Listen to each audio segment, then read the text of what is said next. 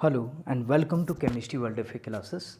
तो स्टूडेंट, जैसे आपको सभी को पता है बेटा कि अभी अभी नीट 2021 का एग्ज़ाम हुआ है, तो उसके हम बेटा केमिस्ट्री पोर्शन के सॉल्यूशन को देखेंगे, है ना।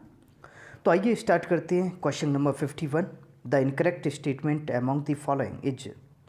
तो देखिए बेटा, ऑप्शन नंबर थर्ड को देखने की कोशिश करिए कि most of the trivalent lanthanoid ion are colourless.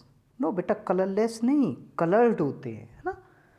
तो ये क्या कह रहा है कि कलरलेस, जबकि हमसे पूछा क्या है, इनकरेक्ट स्टेटमेंट। तो ऑप्शन नंबर थर्ड राइट हो गया। क्वेश्चन नंबर 52 पे आइए, क्या पूछ रहा है बेटा। स्टेटमेंट फर्स्ट कह रहा है कि aspirin and paracetamol belongs to the class of narcotic analgesics.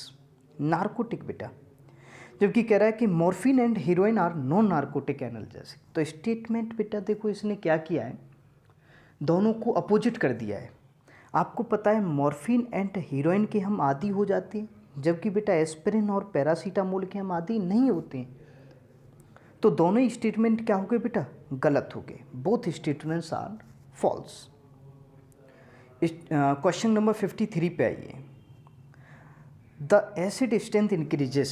बेटा कितनी बार क्लास में बताया कि अप टू डाउन जाते हैं तो एटॉमिक साइज बढ़ता है, एटॉमिक साइज बढ़ेगा तो बॉन्ड लेंथ बढ़ेगी, बॉन्ड लेंथ बढ़ेगी तो बॉन्ड एनर्जी घटेगी, और बॉन्ड एनर्जी घटेगी तो सिंपल सी बात है, एसिडिक करेक्टर क्या होगी, इंक्रीज होगी। तो ये भी राइट है बेटा और ये भी राइट है, यानी both statement first and are second are true, यानी ऑप्शन नंबर सेकंड राइट है। क्वेश्चन नंबर 54 पे आइए कि विच स्टेटमेंट या रिलेशनशिप सीपी एंड सीबी में, बेटा बताइए, इससे ज़्यादा इजी क्वेश्चन क्या होगा। आप फिजिक्स और केमिस्ट्री दोनों में पढ़ते हो कि सीपी माइनस के सीबी बराबर क्या होता है बेटा, आर, मेयर्स फॉर्मूला। ठीक है, आगे चलते हैं।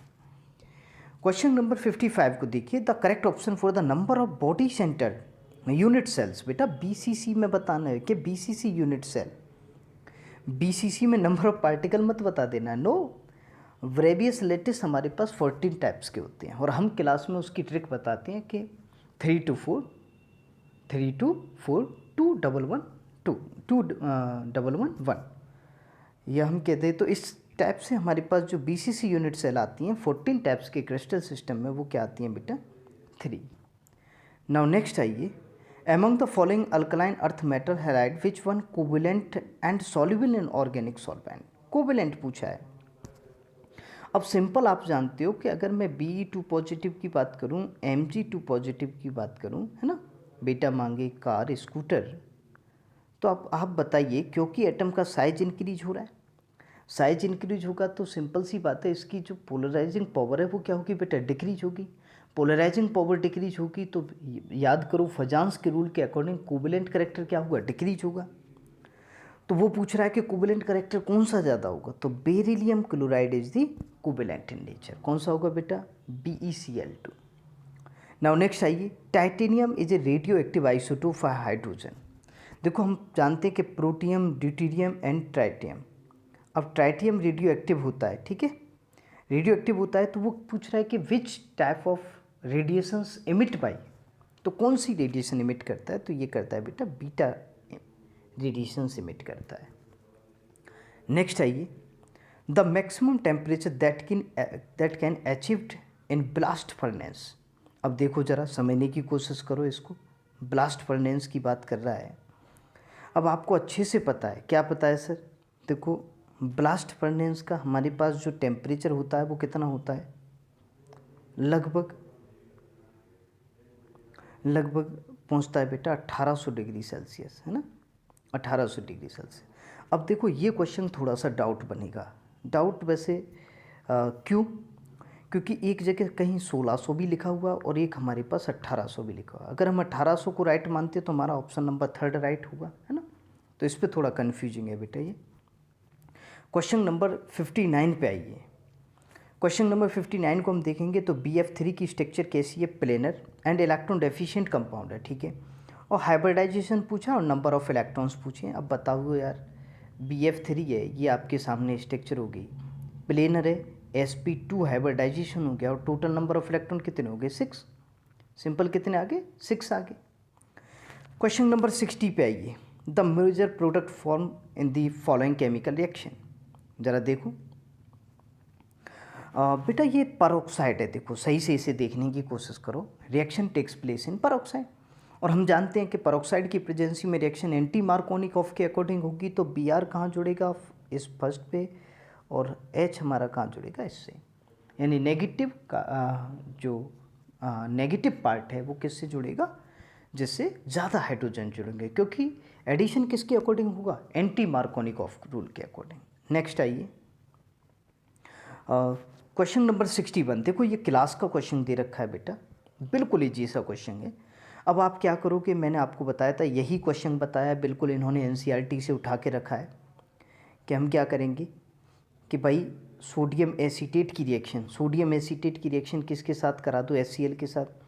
तो सोडियम एसीटेट का बेटा कितना दे रखा है हमारे पास, देखो सोडियम एसीटेट का दे रखा है 91, ठीक है, और HCl का दे रखा है 426 बेटा, 426.16।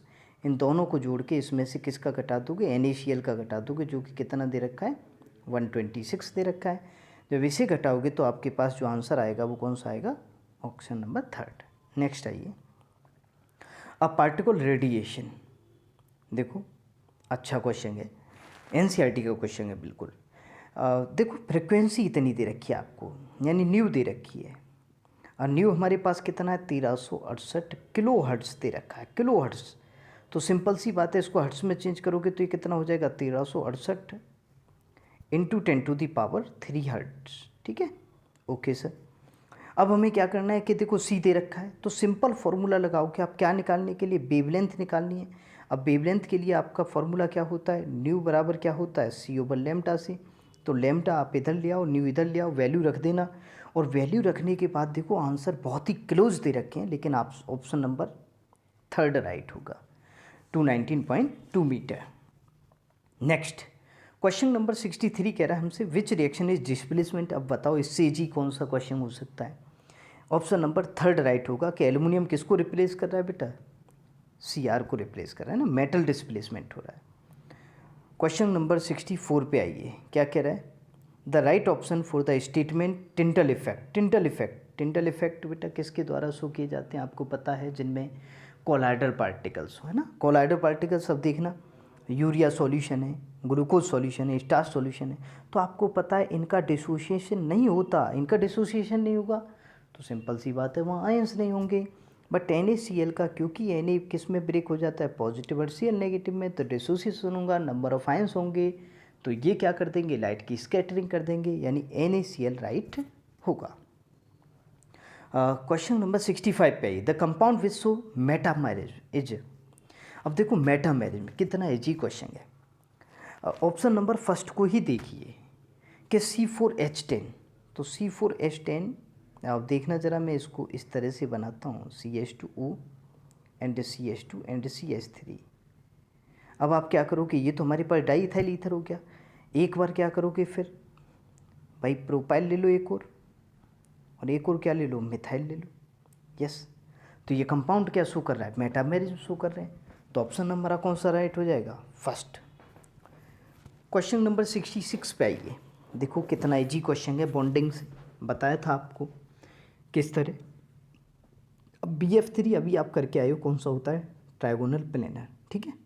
ओके सर, अब ध्यान दीजिए, देखो SF6 है, SF6 हम देखते हैं तो देखो सल्फर की आउटर मोस्ट शेल में 6 इलेक्ट्रॉन होंगे, और 6F जोड़ दो, तो सिंपल सी बात है यार, क्या हो जाएगी, ऑक्टाहेड्रल हो जाएगी शेप, कौन सी हो जाएगी, ऑक्टाहेड्रल, ठीक है। तो इसे मिलाइए, SF6 ऑक्टाहेड्रल। इस टाइप के क्वेश्चंस में अगर आपको 2 ऑप्शन ही मिल गए तो राइट है। अब वैसे आप जानते हो कि PCl5 क्या होता है, ट्राइगोनल बाइपैरामिडियल, तो फिर हमारे पास एक लास्ट ऑप्शन बचा BrF5, वो क्या होगा, square pyramidal. Okay, now next आइए, the right option for the statement Tyndall effect, ये हमने कर ही लिया है, ये भी कर लिया क्वेश्चन। यहाँ आइए क्वेश्चन नंबर 67 पे आइए कि भाई which one of the following polymer is prepared by the addition polymerisation. तो देखो आपको पता है बेटा, टेफ्लॉन क्या होता है कि भाई पॉली टेट्राफ्लोरोइथाइलेट। तो देखना ज़रा, हमारे पास यहाँ टेट्राफ्लोरोएथिलीन के N मोल्स जुड़ते जाएंगे, और हमें जो या एन मोल्स जुड़ेंगे बेटा, और जो पॉलीमर मिलेगा कुछ इस तरह का कि यहाँ से इस बॉन्ड को हटा दो और इसे हम नाम दे देते हैं क्या, टेफ्लॉन। तो यहाँ क्या हो रहा है, एडिशन पॉलीमराइजेशन हो रहा है, सिंपल। नेक्स्ट आइए बेटा, the RBC deficiency is deficiency disease of, यानी आरबीसी की यस बेटा, तो the RBC deficiency is the deficiency disease of, तो वो कौन सा हो जाएगा, विटामिन B12, जिसका नाम है साइनोकोबालेमिन, और आप जानते हो इसमें सेंट्रल एटम क्या होता है, कोबाल्ट। चलो नेक्स्ट आइए बेटा कि the identify the compound which will react with Hinsberg reagent, Hinsberg reagent के साथ जो कंपाउंड रिएक्ट करेगा, प्लस आगे पे क्या पूछ रहा है, reagent to give a solid which dissolve in alkali. तो आप याद करो एल्काली बेटा 1 डिग्री अमाइन, 1 डिग्री अमाइन क्या करेगी, कंपाउंड बनाएगी जो कि सॉल्युबल होगा किसमें, NaOH में। तो ऑप्शन नंबर 4 राइट है। नेक्स्ट आइए क्वेश्चन नंबर 70 कि zirconium and hafnium have similar atomic ionic radius. तो सिंपल है यार, इसमें ऑप्शन नंबर हमारा कौन सा हो जाएगा कि भाई due to lanthanoid contraction. Next आइए क्वेश्चन नंबर 71 पे कि ethylene diamine tetra acetate EDTA, याद करो बिल्कुल इथाइलिन डायमीन टेट्रा एसीटेट। तो इसमें हेक्साडेंटल लिगेंड होता है, नो डाउट। अब टेट्रा एसीटेट की बात करें तो 4 ऑक्सीजन होंगे, 2 क्या होंगे बेटा, नाइट्रोजन डोनर होंगे। तो ऑप्शन नंबर 2 राइट है। नेक्स्ट आइए question number 72, the major product form in the dehydrohalogenation reaction of 2 bromopentane is pentyne, okay. This product formation is based on the, आपको पता है, देखो हैक्कल रूल यहाँ कहाँ से आएगा, कहीं से भी नहीं। भाई हुंड्स रूल यहाँ कहाँ से आएगा, कहीं से भी नहीं। हॉफमान नहीं, सेटजेफ रूल, किसके according, Saytzeff rule. Saytzeff rule हमसे क्या कहता है कि more substituted alkene is the major product. Next आइए, an organic compound contain 78% by weight carbon and remaining percentage of hydrogen. तो भाई 78% कार्बन है तो सिंपल क्या हो जाएगा 12, ये कितने बार जाएगा बेटा 6 टाइम, 1272, और फिर से हमारे पास कितना बचा 6, तो 6.5।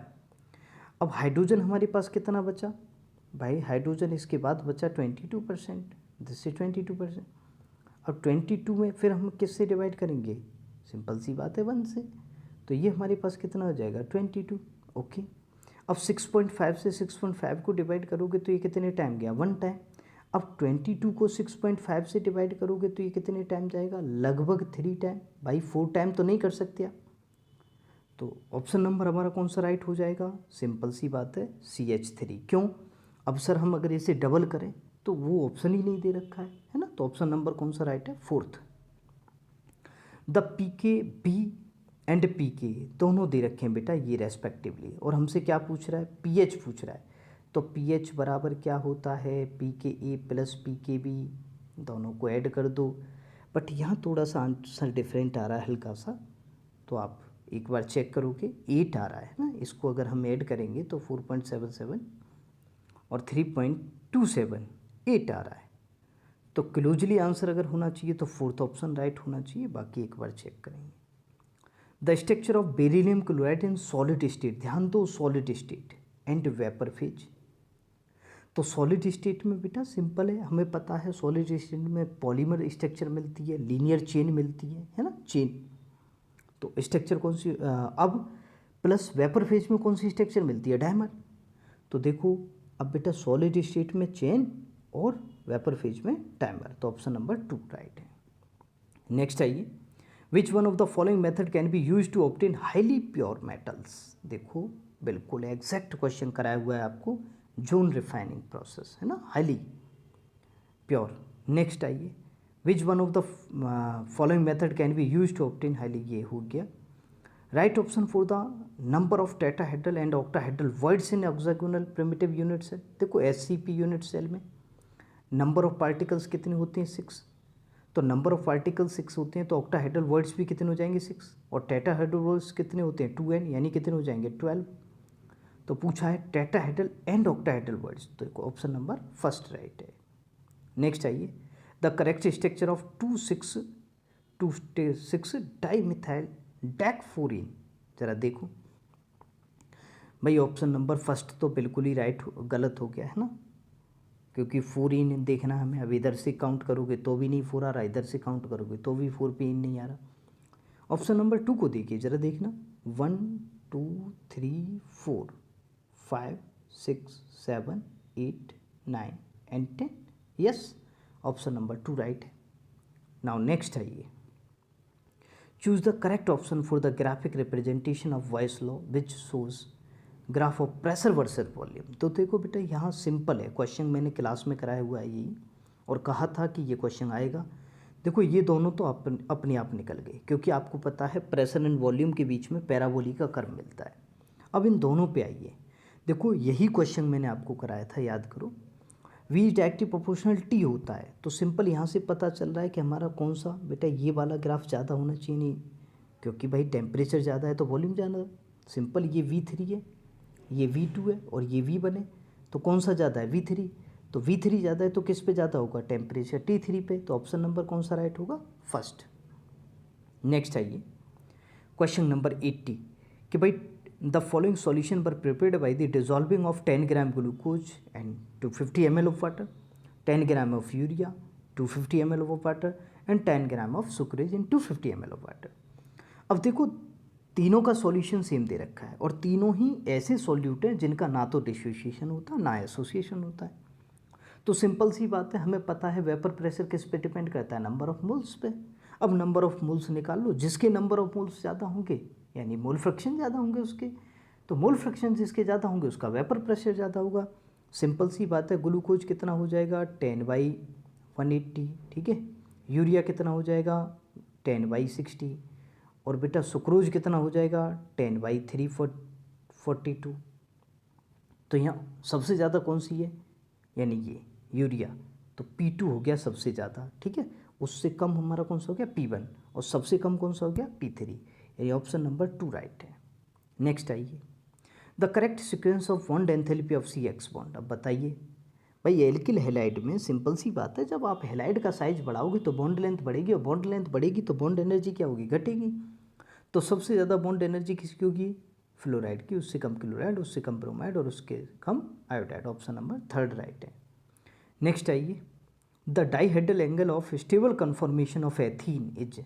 अब एथीन याद करो, स्टेबल कन्फॉर्मेशन कौन सा होगा इसका? स्टेबल कन्फॉर्मेशन एथीन का ज़रा देखना, मैंने क्लास में बताया था आपको, स्टेगर्ड कन्फॉर्मेशन होगा, है ना, ये वाला, दिस इज स्टेगर्ड कन्फॉर्मेशन। अब डाइहेड्रल एंगल कितना होगा? सिंपल है यार, 180 डिग्री दोनों के बीच में। नेक्स्ट आइए, noble gases are named because of their inertness towards reactivity, identify the incorrect statement. भाई नोबल गैसेस है very high melting and boiling point. कैसे? कैसे यार? क्योंकि इनके बीच में कौन से वो फोर्स कार्य करते हैं? अरे लो वान डर वाल्स फोर्स ऑफ अट्रैक्शन। तो इनके मेल्टिंग एंड बॉइलिंग पॉइंट क्या होंगे बेटा? लो होंगे। ऑप्शन नंबर 3 क्या है? इनकरेक्ट स्टेटमेंट है। नेक्स्ट आइए क्वेश्चन नंबर 84 पर कि भाई what is the IUPAC name of organic compound. देखो एसीटोन की रिएक्शन हम किसके साथ करा रहे हैं? इथाइल ब्रोमाइड के साथ। तो ज़रा देखना, दिस इज एसीटोन, और इसकी रिएक्शन अगर आप इथाइल ब्रोमाइड के साथ इथाइल मैग्नीशियम ब्रोमाइड के साथ कराओगे तो एडिशन प्रोडक्ट मिलेगा बेटा, सिंपल सा। तो हमें एडिशन प्रोडक्ट कुछ इस तरह का मिलेगा, ठीक है, ये इथाइल ब्रोमाइड। और बाद में हम हाइड्रोलिसिस कर देंगे तो ये H और ये OH, तो एल्कोहल मिल जाएगा। कौन सा एल्कोहल? 1 2 3 एंड 4। तो कौन सा एल्कोहल मिलेगा? 2 मिथाइल, है ना, ब्यूटेटुऑल। तो simple option number first right है। नेक्स्ट आइए कि for a reaction enthalpy of the reaction is -2.4 kilo joule, है ना। तो देखो एंथैल्पी दे रखी है हमें इतनी, and the enthalpy of activation is इतना है। तो एंथैल्पी देखना ज़रा हमारे पास, और फिर पूछ रहा है the correct reaction in so in the option. तो अब हमारे पास एंडोथर्मिक रिएक्शन होती है, और एक कौन सी होती है? Exothermic reaction. तो देखो ऑप्शन नंबर हमारा 4 तो बिल्कुल भी नहीं होगा, है ना, या तो बेटा 3rd होगा या कौन सा होगा? 2nd होगा। इस क्वेश्चन को देखेंगे थोड़ा, अभी सही से इसकी एनालिसिस पता नहीं है। नेक्स्ट आते हैं क्वेश्चन नंबर 86 पर। जरा इसको देखो कि भाई सिंपल बता रखा है। देखो बेटा फर्स्ट तो फर्स्ट से ही होगा क्योंकि एसिड रेन है ना, हमें पता है सल्फ्यूरिक एसिड बनेगा। और सेकंड को देखना बेटा, क्योंकि फ्री रेडिकल बनना है, फ्री रेडिकल बनेंगे तो किस में जाएगा? ओजोन डिप्लीशन में जाएगा। बस आपको पता चल गया, ए का फर्स्ट एंड बी का 3rd, तो आपका ऑप्शन नंबर आ जाएगा। देखना जरा कौन सा है बेटा, ए का फर्स्ट एंड बी का थर्ड, एक ही ऑप्शन है और वो कौन सा है बेटा, ऑप्शन नंबर 3 राइट है। नेक्स्ट आइए, और क्वेश्चन नंबर 87 है और हमें क्या दे रखा है बेटा, सिंपल सोडियम प्रोपेनॉइड दे रखा है।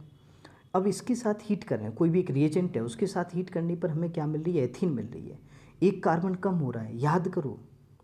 याद करो बेटा, सिंपल है, हमारे पास NaOH plus CaO, NaOH plus CaO का मिक्सचर है, तो CaO का मिक्सचर है, तो यहाँ से क्या होगा, डीकार्बोक्सिलेशन होगा, रिएक्शन क्या होगी, डीकार्बोक्सिलेशन। तो राइट ऑप्शन कौन सा हो गया, ऑप्शन नंबर 4 राइट हो गया, सोडा लाइम के साथ, है ना। नेक्स्ट आइए क्वेश्चन नंबर 88 पे। 88 पे देखोगे, the correct value of vapour pressure of solution. अब बेंजीन और ऑक्टेन के क्या दे रखे हैं, मोलर रेशियो दे रखे हैं। मोलर रेशियो दे रखे हैं तो बेटा सिंपल है, आप मोलर रेशियो दे रखे हैं तो बेंजीन का 3 एंड ऑक्टेन का क्या है बेटा 2 है, प्लस उनके वेपर प्रेशर दे रखे हैं। तो देखो कैसे निकालोगे, P = क्या होगा, बेंजीन के लिए क्या हो जाएगा, 3/5 by mole fraction of benzene into उसका वेपर प्रेशर कितना दे रखा है, 280, ठीक है, ओके, इससे सॉल्व कर लोगे। ऐसे किसी के लिए निकालोगे, ऑक्टेन के लिए निकालोगे कैसे, कि भाई 2/5 इंटू 420। जब आप इन दोनों को निकाल के फिर क्या करोगे, पीटी करोगे, पीटी करके क्या करोगे, P1 + P2, तो वैल्यू रखोगे तो कौन सा ऑप्शन राइट आ जाएगा, ऑप्शन नंबर 4 राइट आ जाएगा, 336। नेक्स्ट आइए क्वेश्चन नंबर 89 पे आते हैं ना। देखो जो मैच दी फॉलोइंग रिएक्शन वाले क्वेश्चन होते हैं ये बिल्कुल ईजी होते हैं। रीजन कि अगर हमें 2 ऑप्शन मिल जाते हैं तो क्या हो जाता है, हमारा ऑप्शन राइट हो जाता है। देखो कैसे, अब हमें क्वेश्चन दे रहा है कि ए बेटा सिंपल आपको दिख रहा है कार्टरमान कोच रिएक्शन है, तो ए का हो गया सेकेंड, ठीक है। बी हमें दिख रहा है, देखना ज़रा कि भाई बताया था आपको बेटा मिथाइल कीटोन ग्रुप जिसमें होता है वो हेलोफॉर्म रिएक्शन देते हैं, तो बी का कौन सा हो गया, थर्ड हो गया। तो ए का कौन सा हो गया सेकंड, बी का कौन सा हो गया थर्ड, आपको मिल जाएगा ऑप्शन। चलो कोई बात नहीं, आगे ऑप्शन चेक कर लेते हैं और ऑप्शन। अब देखना ज़रा, एल्कोहल की रिएक्शन बेटा किसके साथ कर रहे हो, कार्बोक्सिलिक एसिड के साथ करा रहे हो, क्या होगा, क्या नाम रिएक्शन होगा, एस्टरीफिकेशन। और लास्ट रिएक्शन बची कि एल्फा हाइड्रोजन युक्त कार्बोक्सिलिक एसिड की रिएक्शन आप किसके साथ करा रहे हो, हेलोजन के साथ, in the presence of red phosphorus, तो एल्फा हेलो डेरिवेटिव बनेंगे और इस रिएक्शन को हम नाम देते हैं HBZ रिएक्शन, ओके। तो अब हमारा ऑप्शन राइट आ जाएगा। नेक्स्ट देखते हैं, the intermediate compound x in the following chemical reaction, बिल्कुल NCERT से उठाया गया है, कट पेस्ट किया गया है। हमेशा कहता हूँ NCERT को लास्ट समय तक नहीं छोड़ना है, रिवीजन NCERT से करना है। देखो ऑप्शन नंबर सेकंड राइट हो जाएगा, कौन सा, ऑप्शन नंबर सेकंड। नेक्स्ट आइए क्वेश्चन नंबर 91 है, the product form the following chemical reaction is, यानी इस रिएक्शन में प्रोडक्ट बताना है। तो देखो बेटा सोडियम बोरोहाइड्राइड क्या है, सेलेक्टिव रिड्यूसिंग एजेंट होता है, सेलेक्टिव रिड्यूसिंग एजेंट। तो ये क्या करेगा, कीटो ग्रुप को तो बेटा रिडक्शन कर देगा, कीटो ग्रुप का तो रिडक्शन कर देगा, बट एस्टर ग्रुप का इसका कोई इफेक्ट नहीं पड़ेगा। तो ऑप्शन नंबर हमारा कौन सा हो जाएगा, फर्स्ट। नेक्स्ट आइए, the slope of Arrhenius plot versus LN and T12 तो देखना हमारी इक्वेशन क्या होती है, K = A × e⁻⁻के RT, ठीक है। यानी ln K बराबर क्या हो जाएगा, ln A - के e/RT, ठीक है। अब वो क्या कह रहा है कि अगर जी स्लोप किसके बीच में खींचना है, ln K, यानी y = mx बेटा प्लस C, तो हमें स्लोप कैसा मिलेगा ज़रा देखना भाई, कुछ इस तरह का, ये ln हमारा K हो गया और ये हमारा 1/T हो गया, तो नेगेटिव स्लोप मिलेगा जो कि किसके बराबर है, के e/R के बराबर है। इसकी वैल्यू आपको दे रखी है कितनी, -5 × 10⁻³ तो आप क्या करोगे, केवल R से मल्टीप्लाई कर दोगे तो आपकी E की वैल्यू आ जाएगी। और हमने देखा 5 × 10⁻³ की अगर हम R की वैल्यू दे रखी है 8.3 से मल्टीप्लाई करते हैं तो हमारा ऑप्शन नंबर राइट आएगा बेटा 41.5 kilo joule, second option right आएगा इसका। नेक्स्ट आइए, the reagent are in the following sequence of chemical reaction. देखो आपने पढ़ा है बेटा BDC कि ये हमारे पास नाइट्रस एसिड के साथ रिएक्शन कराते हैं जब हम एनिलीन की, तो हमें क्या मिलता है, BDC मिलता है। और BDC का जब हम रिडक्शन करा देंगे तो वो किस में कन्वर्ट हो जाता है, बेंजीन में। रिडक्शन किसके द्वारा, with the help of ethyl alcohol, है ना। एल्कोहल ले लो या फिर आप क्या करो, फॉस्फोरस एसिड ले लो, है ना, फॉस्फोरस एसिड, ध्यान रखना। तो नेक्स्ट आइए, क्वेश्चन नंबर 94 है, for irreversible expansion of ideal gas under isothermal condition. Isothermal condition समझिए होंगे, डेल्टा यू क्या होगा, 0, तो 2 ऑप्शन हमारे पहले ही निकल गए, ठीक है। अब क्योंकि इरिवर्सिबल प्रोसेस कह रहा है, इरिवर्सिबल, अगर रिवर्सिबल होता तो डेल्टा एस क्या हो जाती, 0, बट इरिवर्सिबल प्रोसेस है तो डेल्टा एस टोटल क्या होगी, नॉट इक्वल्स टू 0। नेक्स्ट आइए, from the following pairs of ion which one is not an iso electronic pair, बताओ। इससे इजी क्वेश्चन क्या आएगा भाई, ऑप्शन नंबर फर्स्ट देखिए, 26 -2 करोगे तो 24 इलेक्ट्रॉन बचे, और Mn 25 होता है, -2 करोगे तो 23 इलेक्ट्रॉन बचे, तो नॉट आइसो इलेक्ट्रॉनिक, तो कौन सा ऑप्शन राइट हो गया, फर्स्ट। क्वेश्चन नंबर 96 पे आइए, the molar conductivity of ethane acetic acid. देखो लैम्डा एम तुम्हें दे रखी है इस पर, यानी लैम्डा एम एट हमें सी पर दे रखी है, और लैम्डा एम एट इन्फानाइट हम निकाल देंगे क्योंकि वैल्यू दे रखी है बेटा 350 + 50 कितना हो गया हमारे पास 400, तो सिंपल हमारे पास कितना आ गया 20/400, यानी ये कितना आ गया 1/20 आ गया, यानी 0.05 आ गया, ठीक है सर। अब आगे देखते हैं, what is the dissociation constant. तो डिसोसिएशन कांस्टेंट कैसे निकालते हैं, याद करो, सिंपल बताया था कि ए बराबर C × अल्फा का स्क्वायर, वैल्यू रख दोगे, सी की वैल्यू तुम्हें दे रखी है 0 यानी 7 × 10⁻³ इंटू 5 × 10⁻⁻, जो तुम्हारी वैल्यू आई अभी यहाँ से 2 आई है, उसका स्क्वायर कर दो, ठीक है बेटा। तो ये हो जाएगा 25, और इसका राइट जो ऑप्शन आएगा वो हमारा कौन सा आ रहा है, ऑप्शन नंबर 4th, जब सॉल्व करोगे तो, ठीक है। नेक्स्ट आइए, which of the following molecule is non polar in nature. अब बताओ, नॉन पोलर पूछ रहा है, बिल्कुल ईजी है। NO2 को देखिए, नाइट्रोजन के आउटरमोस्ट शेल में कितने इलेक्ट्रॉन होते हैं, 5, तो कुछ इस टाइप की स्ट्रक्चर बनेगी, so this is the non polar structure, non polar structure, sorry non planar नहीं पूछी बेटा, नॉन पोलर पूछी है, रुकिए ध्यान दीजिए, नॉन पोलर पूछिए। अब नॉन पोलर में आप SbCl5 को देखिए ज़रा, देखना SbCl5, तो ये हमारे पास क्या हो जाएगा, प्लेनर मॉलिक्यूल होगा, प्लस ये क्या कर देंगे, एक दूसरे के डायपोल मोमेंट को बेटा कैंसिल कर देंगे। नॉन प्लेनर नहीं पूछी, पोलर पूछी है, तो हमारा राइट ऑप्शन कौन सा होगा, 4th होगा, है ना, 4th। नेक्स्ट क्वेश्चन नंबर 98 पर आइए। अब देखो इसको कैसे करते, बिल्कुल इजी, कुछ नहीं करना, कोई कैलकुलेशन नहीं करनी।